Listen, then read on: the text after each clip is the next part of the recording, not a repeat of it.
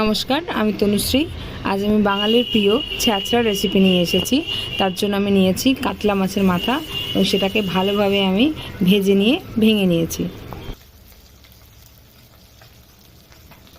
ছ্যাঁচড়া তৈরির জন্য বেশ কিছু সবজি আমি নিয়ে নিয়েছি, সেটা ভালোভাবে কেটে নিয়েছি, যেমন কুমড়ো, পুঁই শাক, বেগুন, পটল এবং আলু, এগুলি আমি নিয়ে এরপর ওই তেলের মধ্যেই আমি পাঁচফোড়ন দিলাম, আর দিলাম তেজপাতা এবং একটা কাঁচা লঙ্কা। আপনারা চাইলে শুকনো লঙ্কা ব্যবহার করতে পারেন।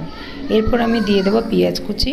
পেঁয়াজ কুচিটাকে সুন্দরভাবে ভেজে নিয়ে আমি যে সবজিগুলো সেদ্ধ হতে বেশি টাইম লাগে সেই সবজিগুলো আগে ভেজে নেব। পটল এবং আলু আমি দিয়ে ওটার মধ্যে ভেজে নেব। এরপর আমি এর মধ্যে দিয়ে দেবো পুঁই ডাঁটা।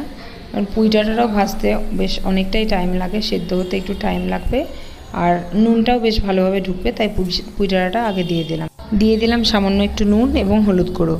এরপর আমি এটা ঢাকা দিয়ে দেবো। আমি বেশ কিছুক্ষণ ঢাকা দিয়ে রেখেছিলাম। সবজিটাও মোটামুটি অনেকটাই ভাজা ভাজা হয়ে গেছে, সেদ্ধও হয়ে গেছে। এরপর আমি বাকি সবজি অ্যাড করে দেবো। ঢাকা দেওয়ার ফলে সবজিটা হালকা একটু সেদ্ধ হচ্ছে, একটু নরম হয়ে গেছে।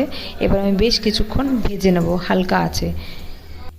সবজিটা মোটামুটি ভাজা হয়ে গেছে। এরপর আমি দিয়ে দিলাম বেগুন দেওয়ার পর কিছুটা নাড়িয়ে নিয়ে দিয়ে দিলাম কুমড়ো। বেগুন ও কুমড়ো ভালোভাবে ভেজে নিয়ে আমি এর মধ্যে মশলা অ্যাড করে দেব।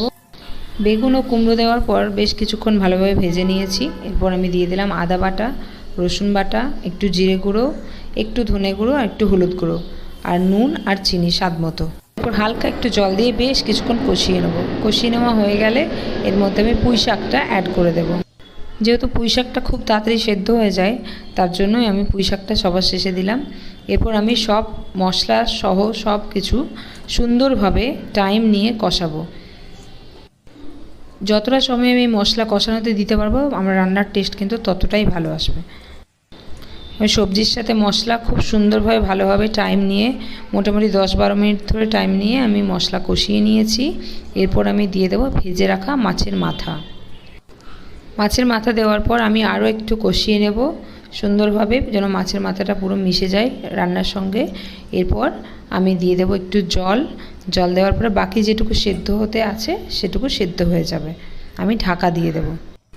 এই সময় আমি কাঁচা লঙ্কাও অ্যাড করে দিয়েছিলাম। আমি মোটামুটি 7-8 মিনিট ঢাকা দিয়ে রাখবো। আমার রান্না কমপ্লিট। রেসিপিটি কেমন লাগলো অবশ্যই কমেন্টে জানাবেন, আর ভালো লাগলে চ্যানেলটি সাবস্ক্রাইব করে দেবেন। ধন্যবাদ।